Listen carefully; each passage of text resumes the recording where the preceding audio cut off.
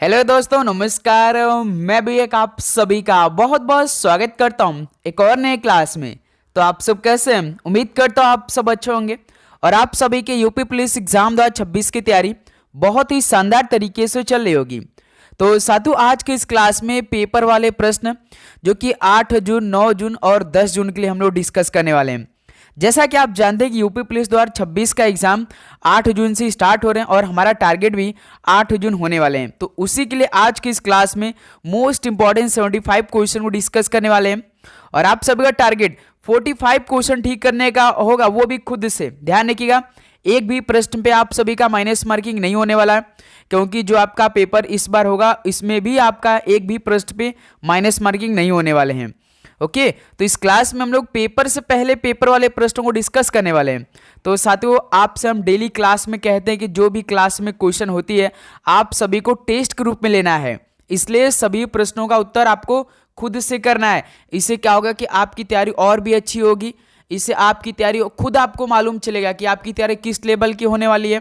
तो आप टारगेट को पूरा कम से कम करिएगा। 75 सवाल आप खुद से अटेम्प्ट करिएगा और सभी प्रश्नों का उत्तर करिएगा। किसी भी प्रश्न का उत्तर आपको नहीं आएगा, लेकिन आप उस प्रश्न का उत्तर खुद से करिए, चाहे आपको आए या ना आए, चाहे गलत हो चाहे आपसे सही हो, लेकिन आपको उस प्रश्न का उत्तर करना है। और आप गिनती से 45 प्रश्न ठीक करने का प्रयास करिएगा। ओके, तो चलिए इस क्लास को शुरू करते हैं। लास्ट में आप लोग अपना इसको जरूर करिएगा। सारे क्वेश्चन आपके एग्जाम ओरिएंटेड रहने वाले हैं, जैसे हर बार आपके पेपर में सवाल पूछे जाते हैं। आपने देखा होगा कि 14 और 15 मार्च को जो यूपीएसआई का पेपर हुआ था, same to same previous year के हिसाब से सारे सवाल बने थे। एक भी सिंगल ऐसा क्वेश्चन नहीं था जो कि नया सवाल देखने को मिला था। इसका मतलब कि जो आपका यूपी पुलिस का पेपर होगा 8 जून से, तो ऐसे ही प्रश्न आपके पेपर में पूछे जाएंगे जैसे प्रश्न आज के इस क्लास में हम लोग डिस्कस करने वाले हैं। तो सारे क्वेश्चन एक्सपेक्टेड रहने वाले हैं, तो आप सभी प्रश्नों का उत्तर अच्छे से याद कर लेंगे। ओके, तो देखिए आज का पहला प्रश्न आपकी स्क्रीन पर आ चुका है। पानीपत की प्रथम लड़ाई किन के बीच हुई थी? बताएंगे आप सभी। पानीपत की जो पहली लड़ाई लड़ी गई थी वो 1526 में लड़ी गई थी। तो किनके बीच लड़ी गई थी आप बताएंगे। तो बाबर और इब्राहिम लोदी के बीच में लड़ी गई थी। पहले का डी ऑप्शन बिल्कुल परफेक्ट आंसर हो जाएंगे। नेक्स्ट अगला सवाल कॉल करिए, क्वेश्चन नंबर सेकंड को। तमाशा कहां का सामाजिक क्षेत्रीय लोकमंच है? तमाशा कहां का सामाजिक क्षेत्रीय लोकमंच यानी किस राज्य का है? तो ये महाराष्ट्र राज्य का है। डी ऑप्शन बिल्कुल परफेक्ट आंसर हो जाएंगे। नेक्स्ट अगला सवाल कॉल करिएगा, क्वेश्चन नंबर थर्ड को। डिस्कवरी ऑफ इंडिया पुस्तक के लेखक इनमें से कौन है? डिस्कवरी ऑफ इंडिया पुस्तक के लेखक इनमें से कौन है? बताएंगे आप सभी। तो पंडित जवाहरलाल नेहरू जी हैं। ऑप्शन यहां से बिल्कुल परफेक्ट आंसर हो जाएंगे। नेक्स्ट अगला सवाल कॉल करिएगा, क्वेश्चन नंबर 4 का राइट आंसर क्या बनेगा? एक व्यक्ति के लिए पंचायत का सदस्य बनने की न्यूनतम आयु सीमा कितनी है? एक व्यक्ति के लिए पंचायत का सदस्य बनने की न्यूनतम आयु सीमा कितनी होती है, यानी कितने वर्ष की है? तो 21 वर्ष की है। ऑप्शन है यहां से बिल्कुल परफेक्ट आंसर हो जाएंगे। नेक्स्ट अगला सवाल कॉल करिएगा, क्वेश्चन नंबर 5 को। उत्तर प्रदेश के निम्नलिखित शहरों में से किससे पीतल उत्पादों का अधिकतम निर्यात किया जाता है? बताइएगा, उत्तर प्रदेश के किस शहरों में से पीतल उत्पादों का अधिकतम निर्यात किया जाता है? तो मुरादाबाद से सबसे अधिक किया जाता है। ऑप्शन है बिल्कुल परफेक्ट आंसर हो जाएंगे। अगला सवाल कॉल करेंगे आप लोग, क्वेश्चन नंबर 6 का राइट आंसर। चमड़े की वस्तुओं के लिए प्रसिद्ध जिले कौन से हैं? चमड़े की वस्तुओं के लिए प्रसिद्ध जिले कौन कौन से हैं? बताइएगा। तो एक आगरा है, दूसरा कानपुर है। ऑप्शन ए परफेक्ट आंसर हो जाएंगे। अगला सवाल कॉल करेंगे आप लोग, क्वेश्चन नंबर 7 का राइट आंसर क्या बनेगा? उत्तर प्रदेश की प्रमुख व्यावसायिक फसल क्या है? उत्तर प्रदेश की प्रमुख व्यावसायिक फसल क्या है? तो गन्ना है। बी ऑप्शन बिल्कुल परफेक्ट आंसर हो जाएंगे। ध्यान रखिएगा, यूपी जीके से कम एक शिफ्ट में 8 से 9 सवाल देखने को मिलेगा, तो इसलिए आप सभी के साथ हम यूपी जीके का भी क्वेश्चन डिस्कस करते हुए साथ में चलेंगे डेली क्लास में। ओके मेरे दोस्त, देखिए क्वेश्चन नंबर 8। बी निवेश आयोग के प्रथम अध्यक्ष कौन थे? बी निवेश आयोग के पहले अध्यक्ष कौन थे? जीबी रामकृष्ण थे बी निवेश आयोग के पहले अध्यक्ष। ऑप्शन है बिल्कुल राइट आंसर हो जाएंगे। अगला सवाल, और आगे बढ़ने से पहले आप सभी को यूपी पुलिस एग्जाम 2026 में यदि सिलेक्शन लेना है, सबसे पहले आप लोग ये पूरे 10 टेस्ट सीरीज का पीडीएफ लगा लीजिए अच्छी तरीके से। इसमें आप सभी को पूरे 1500 नए क्वेश्चन मिलने वाले हैं। इसके अलावा हम आप सभी को संपूर्ण GK, UP GK, Hindi, math, reasoning plus current affair के क्वेश्चन देंगे। यहीं आपके सिलेक्शन वाले सवाल होने वाले, यहीं आप सभी का सिलेक्शन वाले जड़ी बूटी वाले सवाल होने वाले। तो मेरे दोस्त आपको मिलेगा कैसे, ये आपको नीचे नंबर दिखाई दे रहा है, इस पर आप सभी को मैसेज करना है। जैसे ही आप व्हाट्सएप मैसेज करेंगे, टीम आपसे तुरंत बात करेगी, 1 मिनट में आपको ये सारा क्वेश्चन प्रोवाइड करेगी। लेकिन आप सभी को इसके लिए 50 रुपीज़ पे करना पड़ेगा। ध्यान रखिएगा, ये ऑफर चला है मेरे दोस्त, 50 रुपीज़ में ये सारा क्वेश्चन आपके पास होगा। यदि आप यूपी होमगार्ड एग्जाम 2026 की तैयारी करें तो हम आप सभी को जीके कंप्लीट प्रोवाइड करेंगे। ओके, तो मात्र 50 रुपीज़ में आप यूपी पुलिस एग्जाम 2026 की भी तैयारी कर सकते हैं भाई। इस पीडीएफ से यूपी होमगार्ड एग्जाम 2026 की भी तैयारी कर सकते हैं। तो इस नंबर पर मैसेज करके ये आप पूरा क्वेश्चन आप अपने पास मंगाइए और अच्छी तरीके से अपनी तैयारी को और भी मजबूती दीजिए।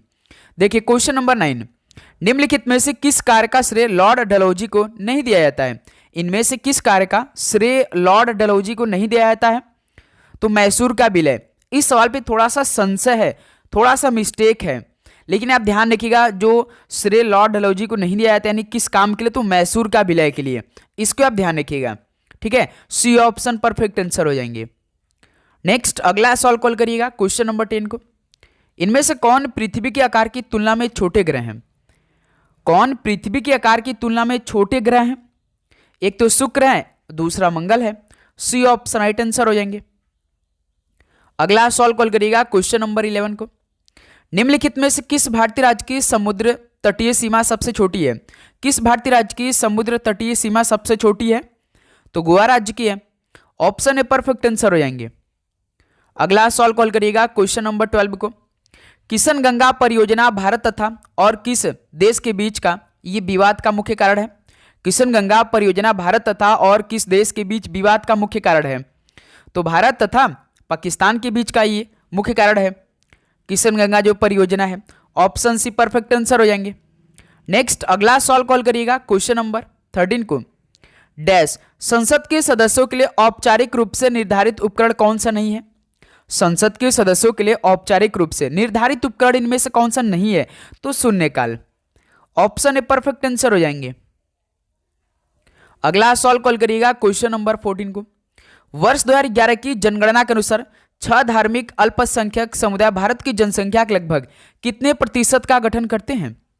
वर्ष 2011 की जनगणना के अनुसार 6 धार्मिक अल्पसंख्यक समुदाय भारत की जनसंख्या के लगभग कितने प्रतिशत का गठन करते हैं? तो पूरे 19.50% का गठन करते हैं। डी ऑप्शन बिल्कुल राइट आंसर हो जाएंगे। अगला सवाल कॉल करिएगा, क्वेश्चन नंबर 15 को। काराकोरम की दक्षिणी सीमा किस भारतीय नदी से बनी हुई है? काराकोरम की दक्षिणी सीमा किस भारतीय नदी से बनी हुई है? तो भाई गिलगित नदी से बनी हुई है। डी ऑप्शन राइट आंसर हो जाएंगे। ओके, आप सभी का टेस्ट चल रहा है मेरे दोस्तों, आप सभी को खुद से सभी प्रश्नों का उत्तर करना है। ओके, निम्नलिखित में से किस राज्य में सबरीमाला श्री धर्म संस्था मंदिर स्थित है? किस राज्य में सबरीमाला श्री धर्म संस्था मंदिर स्थित है? तो केरल राज्य में स्थित है। डी ऑप्शन राइट आंसर हो जाएंगे। अगला सवाल कॉल करिएगा, क्वेश्चन नंबर 17 को। भारत में कृषि फसलों के लिए न्यूनतम समर्थन मूल्य का निर्णय कौन करता है?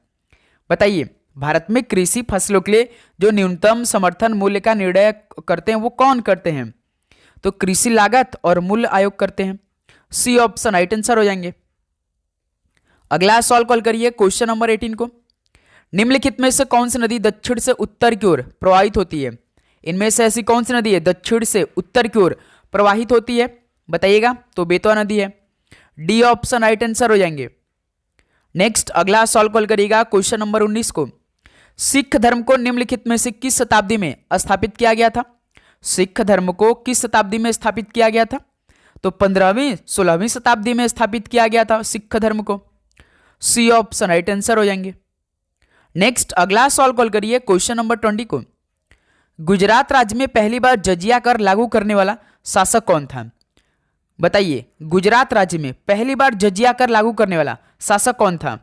तो अहमद शाह प्रथम था। ऑप्शन यहां से बिल्कुल राइट आंसर हो जाएंगे। अगला सवाल कॉल करिएगा, क्वेश्चन नंबर 21 को। म्यांमार का सबसे बड़ा शहर निम्नलिखित में से कौन सा है? म्यांमार का सबसे बड़ा शहर इनमें से कौन सा है? तो यांगून है। ऑप्शन है यहाँ से आपका बिल्कुल परफेक्ट आंसर हो जाएंगे। और साथियों यदि आप चैनल पे नए हैं तो चैनल को सब्सक्राइब करने के बाद नोटिफिकेशन को ऑन कर लेंगे, क्योंकि लगातार आपकी क्लासें स्टार्ट हो चुकी है और ये क्लास आपकी एग्जाम तक चलने वाली है। तो इसलिए मेरे दोस्त आपके पास पहला नोटिफिकेशन पहुंचे, इसलिए आप चैनल को सब्सक्राइब करने के बाद मेन आपका नोटिफिकेशन ऑन रहे। ओके, असम में काटी बिहू पर्व को किसके पेड़ या पौधे के सामने दीप जलाकर मनाया जाता है? असम में जो काटी बिहू पर्व मनाया जाता है वो किस पेड़ या पौधे के सामने दीप जलाकर मनाया जाता है? तो तुलसी के पेड़ या पौधे के सामने दीप जलाकर मनाया जाता है। बी ऑप्शन बिल्कुल राइट आंसर हो जाएंगे। अगला सॉल्व कॉल करिएगा, क्वेश्चन नंबर 23। प्रकाश संश्लेषण के विलय उत्पादों का वहन क्या कहलाता है? प्रकाश संश्लेषण के विलय उत्पादों का वहन क्या कहलाता है? तो स्थानांतरित कहलाता है। बी ऑप्शन बिल्कुल परफेक्ट आंसर हो जाएंगे। नेक्स्ट अगला सॉल्व कॉल करिए, क्वेश्चन नंबर 24। कोशिका का कौन सा गुण कुछ पदार्थों के भीतर तथा बाहर आने जाने की अनुमति देता है? कोशिका का कौन सा गुण कुछ पदार्थों के भीतर तथा बाहर आने जाने की अनुमति देता है? तो प्लाज्मा झिल्ली देता है। डी ऑप्शन बिल्कुल राइट आंसर हो जाएंगे। जैसा कि आप जानते हैं कि आपके पेपर में एक शिफ्ट में जीके के पूरे 38 सवाल आने वाले, यानी 76 नंबर के केवल जीके सवाल आ रहे हैं। आप सभी को याद रखिएगा, आप यदि आपका टारगेट कोई भी एग्जाम होता है तो 4 सब्जेक्ट जो होता है ना, उसमें से आप सभी को 3 सब्जेक्ट ऐसा बनाना है ना कि आपको उस सब्जेक्ट से कोई भी प्रश्न आप सभी से गलती ना हो। जैसे यूपी पुलिस के पेपर में 38 प्रश्न जीके आने वाले हैं, 37 प्रश्न हिंदी के आने वाले, 20 प्रश्न मैथ के इसमें बहुत आसान सवाल आते हैं। थोड़े से आपको कैलकुलेटिव सवाल मिलेंगे, लेकिन थोड़ा सा आपको प्रैक्टिस करने की जरूरत है। अभी भी हमारे पास 2.5 महीने के समय आप लगातार प्रैक्टिस करती है मैथ का। रीजनिंग में आप आराम से 55 का मान के चलिए भाई, 52 से 53 सवाल सही कर सकते हैं, डेली प्रैक्टिस करते हैं। आप रीजनिंग जानते हैं कि बस भाई यदि आप पकड़ लिए सवाल को तो आराम से सॉल्व कर जाएंगे। तो इसमें से आपको 3 सब्जेक्ट मौजूद बनाना है। एक तो देखिए जीके और ये हिंदी, मैथ है रीजनिंग में से 3 सब्जेक्ट अच्छी तरीके से मौजूद बनाना है। मान के चलिए कि रीजनिंग मैथ में से कोई सब्जेक्ट आपकी अच्छी नहीं होगी, लेकिन कई स्टूडेंट का होता है, तो उसमें कुछ तो क्वेश्चन आप सही कर सकते हैं भाई। इसलिए मेरे दोस्त 3 सब्जेक्ट ऐसा आपका होना चाहिए कि उस सब्जेक्ट से एक भी क्वेश्चन आपका गलत ना हो पेपर में, ठीक है। यूनेस्को का मुख्यालय कहाँ पर स्थित है? तो पेरिस में स्थित है। ऑप्शन ए परफेक्ट आंसर हो जाएंगे। अगला सॉल्व कॉल करिएगा, क्वेश्चन नंबर 26 को। भारत का चावल भंडार किस राज्य को कहते हैं? भारत का चावल भंडार किस राज्य को कहते हैं? तो आंध्र प्रदेश को। डी ऑप्शन राइट आंसर हो जाएंगे। अगला सॉल्व कॉल करिए, क्वेश्चन नंबर 27 को। कौन से बौद्ध स्थल में पत्थर से तराशे शिल्प नहीं है? कौन से बौद्ध स्थल में पत्थर से तराशे शिल्प नहीं है? तो याद रखिएगा, नागार्जुना कुंडा, ये भाई पत्थर से तराशे शिल्प नहीं है। डी ऑप्शन बिल्कुल राइट आंसर हो जाएंगे। नेक्स्ट अगला सॉल्व कॉल करिएगा, क्वेश्चन नंबर 28 को। अर्थव्यवस्था में असली मुद्रा मूलधन के कारण बढ़ जाती है, बताइए किसके लिए? अर्थव्यवस्था में जो असली मुद्रा होती है वो मूलधन के कारण बढ़ जाती है, क्योंकि ब्याज दरों में कमी होती है। बी ऑप्शन बिल्कुल राइट आंसर हो जाएंगे। नेक्स्ट अगला सॉल्व कॉल करिए, क्वेश्चन नंबर 29। हीराकुंड का संबंध किससे यानी किस नदी से है? हीराकुंड का संबंध तो महानदी से है। सी ऑप्शन राइट आंसर हो जाएंगे। अगला सॉल्व कॉल करिए, क्वेश्चन नंबर 30। गाजर और आम इनका विपुल स्रोत है, तो गाजर और आम किस विटामिन का स्रोत होता है मेरे दोस्त? तो विटामिन ए का है। ऑप्शन ए बिल्कुल राइट आंसर हो जाएंगे। अगला सॉल्व कॉल करिएगा, क्वेश्चन नंबर 31 को। भारत में कौन सा राज्य सबसे अधिक पड़ोसी राज्यों की सीमाओं को स्पर्श करता है? साथियों, भारत का कौन सा राज्य सबसे अधिक पड़ोसी राज्यों की सीमाओं को स्पर्श करता है? तो उत्तर प्रदेश राज्य है। ऑप्शन ए बिल्कुल राइट आंसर हो जाएंगे। नेक्स्ट अगला सॉल्व कॉल करिए, क्वेश्चन नंबर 32। भारत में उत्तर प्रदेश का गन्ना उत्पादन में कौन सा स्थान है? बताइए। उत्तर प्रदेश का ये व्यावसायिक खेती भी है। बताइए कि भारत में जो उत्तर प्रदेश राज्य है गन्ना उत्पादन के मामले में कौन सा पोजीशन रखता है? तो भाई याद रखिए पहले स्थान पर है। डी ऑप्शन राइट आंसर है। अगला सॉल्व कॉल करिए, क्वेश्चन नंबर 33। तहसील स्तर पर सरकारी निकायों को क्या कहा जाता है? तहसील स्तर पर सरकारी निकायों को क्या कहा जाता है? तो पंचायत समिति कहते हैं। ऑप्शन है बिल्कुल राइट आंसर हो जाएंगे। नेक्स्ट अगला सॉल्व कॉल करिए, क्वेश्चन नंबर 34। निम्नांकित में से किस युद्ध के पश्चात बाबर ने गाजी की उपाधि धारण की थी? 1527 में वो युद्ध हुआ था जिसमें बाबर ने गाजी की उपाधि धारण कर लिया था। तो खानवा के युद्ध के समय। सी ऑप्शन परफेक्ट आंसर हो जाएंगे। अगला सवाल कॉल करिएगा, क्वेश्चन नंबर 35 है। विश्व का सबसे ऊंचा ज्वालामुखी पर्वत कोटोपैक्सी कहाँ स्थित है? विश्व का जो सबसे ऊंचा ज्वालामुखी है पर्वत कोटोपैक्सी, ये कहाँ पर स्थित है? तो इक्वेडोर में स्थित है। सी ऑप्शन राइट आंसर हो जाएंगे। अगला सवाल कॉल करिए, क्वेश्चन नंबर 36 है। लोकसभा में वोटिंग के दौरान पहले चरण में कौन मत नहीं डाल सकता? तो साथियों, लोकसभा में वोटिंग के दौरान पहले चरण में कौन मत नहीं डाल सकता? तो अध्यक्ष साहब मत नहीं डाल सकते हैं। ऑप्शन ए परफेक्ट आंसर हो जाएंगे। अगला सवाल कॉल करिए, क्वेश्चन नंबर 37। भारतीय संसद के सदनों का सत्रावसान किसके द्वारा किया जाता है? साथियों, भारतीय संसद के सदनों का जो सत्रावसान होता है वो किसके द्वारा किया जाता है? भारत के राष्ट्रपति द्वारा किया जाता है। डी ऑप्शन राइट आंसर हो जाएंगे। नेक्स्ट अगला सवाल कॉल करिए, क्वेश्चन नंबर 38। ट्रिप्सिन निम्नलिखित में से किसमें उपस्थित होता है? बताइए, ट्रिप्सिन किसमें उपस्थित होता है? तो अग्नाशयिक रस्म होता है। डी ऑप्शन बिल्कुल राइट आंसर हो जाएंगे। अगला सवाल कॉल करिए, क्वेश्चन नंबर 39। जीएसटी शासन के अंतर्गत रचना योजना में करदाताओं को क्या रिटर्न भरना होगा? बताइए, जीएसटी शासन के अंतर्गत रचना योजना में करदाताओं को क्या रिटर्न भरना होगा? तो उनको त्रैमासिक भरना होता है। सी ऑप्शन राइट आंसर हो जाएंगे। अगला सवाल कॉल करिए, क्वेश्चन नंबर 40 को।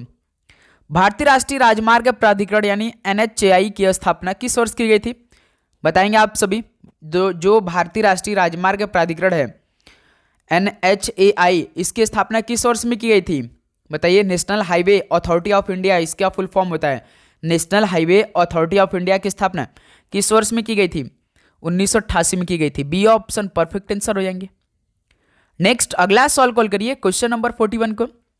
भारतीय राज्य जिसकी साक्षरता दर उच्चतम है। भारतीय राज्य जिसकी साक्षरता दर उच्चतम है किस राज्य की? तो केरल राज्य की है। ऑप्शन है राइट आंसर हो जाएंगे। नेक्स्ट अगला सवाल कॉल करिए, क्वेश्चन नंबर 42 को। 2024 के ओलंपिक खेलों का आयोजन कहाँ किया गया था? 2024 के ओलंपिक खेलों का आयोजन कहाँ पर किया गया था? पेरिस, फ्रांस में किया गया था। डी ऑप्शन परफेक्ट आंसर हो जाएंगे। नेक्स्ट अगला सवाल कॉल करिए, क्वेश्चन नंबर 43 को। भारतीय संविधान का कौन सा अनुच्छेद जम्मू और कश्मीर राज्य के लिए विशेष दर्जा देता है? भारतीय संविधान का कौन सा अनुच्छेद जम्मू और कश्मीर राज्य के लिए विशेष दर्जा देता है मेरे दोस्त? तो अनुच्छेद 370 में इसका वर्णन किया गया है। बी ऑप्शन राइट आंसर हो जाएंगे। अगला सवाल कॉल करिए, क्वेश्चन नंबर 44 को। किस पंचवर्षीय योजना के दौरान आपातकाल लागू किया गया था? नए चुनाव हुए थे और जनता पार्टी को निर्वाचित किया गया था। बताइए, किस पंचवर्षीय योजना के दौरान आपातकाल लागू किया गया था? नए चुनाव हुए थे और जनता पार्टी को निर्वाचित भी कर दिए गए थे। तो पांचवी पंचवर्षीय योजना के दौरान। सी ऑप्शन राइट आंसर हो जाएंगे। अगला सवाल कॉल करिए, क्वेश्चन नंबर 45 को। डैश आंदोलन को अगस्त क्रांति के रूप में भी जाना जाता है। तो किस आंदोलन को अगस्त क्रांति के रूप में भी जाना जाता है? तो भारत छोड़ो आंदोलन को। भारत छोड़ो आंदोलन कब हुआ था? इंडिया क्विट मूवमेंट 1942 में हुआ था। तो इस सवाल का डी ऑप्शन परफेक्ट ऑप्शन है। क्वेश्चन नंबर 46 कॉल करिए। भारतीय का नाम जो मोहनजोदड़ो की खोज के साथ जुड़ा था। बताइए, उस भारतीय का नाम बताइए जिसने मोहनजोदड़ो को खोज किया था, इनके साथ जुड़ा था। तो आप जानते हैं कि आर.डी. बनर्जी थे मेरे दोस्त। ऑप्शन है बिल्कुल परफेक्ट आंसर हो जाएंगे। दयाराम साहनी तो है ही नहीं मेरे दोस्त, इसमें ध्यान रखिएगा। क्वेश्चन नंबर 47, हड़प्पा को किसने खोज किया था? इनमें से किस भारतीय राज्य का क्षेत्रफल न्यूनतम है? किस भारतीय राज्य का क्षेत्रफल न्यूनतम यानी मिनिमम है? तो उत्तर प्रदेश का है, याद रखिएगा। ऑप्शन है परफेक्ट आंसर हो जाएंगे। अगला सवाल कॉल करिएगा, क्वेश्चन नंबर 48 को। निम्नलिखित में से कौन सा असम के लोगों का पर्व नृत्य है? असम के लोगों का पर्व है और नृत्य भी है, तो बिहू है। सी ऑप्शन परफेक्ट आंसर हो जाएंगे। जैसे गरबा गुजरात का, भांगड़ा पंजाब का, कथक उत्तर प्रदेश का। नेक्स्ट अगला सवाल कॉल करिएगा, क्वेश्चन नंबर 49 को। 2011 की जनगणना में उत्तर प्रदेश के किस जिले में साक्षरता दर उच्चतम थी? साथियों, हम आप सभी को पूरा डीप में सारे सॉल्व कराने वाले हैं। बस आपको डेली क्लास करनी है, एक भी क्लास आपको स्किप नहीं करना है और क्लास को पूरा देखना है भाई, तभी आपकी तैयारी बेस्ट लेवल की होने वाली है। हम जल्दी सभी सॉल्व कराएंगे, आपको तैयारी अच्छी रखनी है।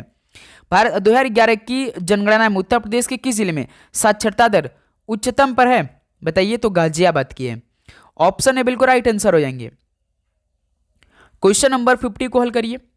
उत्तर प्रदेश में आलू का अनुसंधान केंद्र किस जिला में स्थित है? उत्तर प्रदेश में आलू का अनुसंधान केंद्र किस जिला में स्थित है? तो मेरठ में स्थित है। ऑप्शन भी परफेक्ट आंसर हो जाएंगे।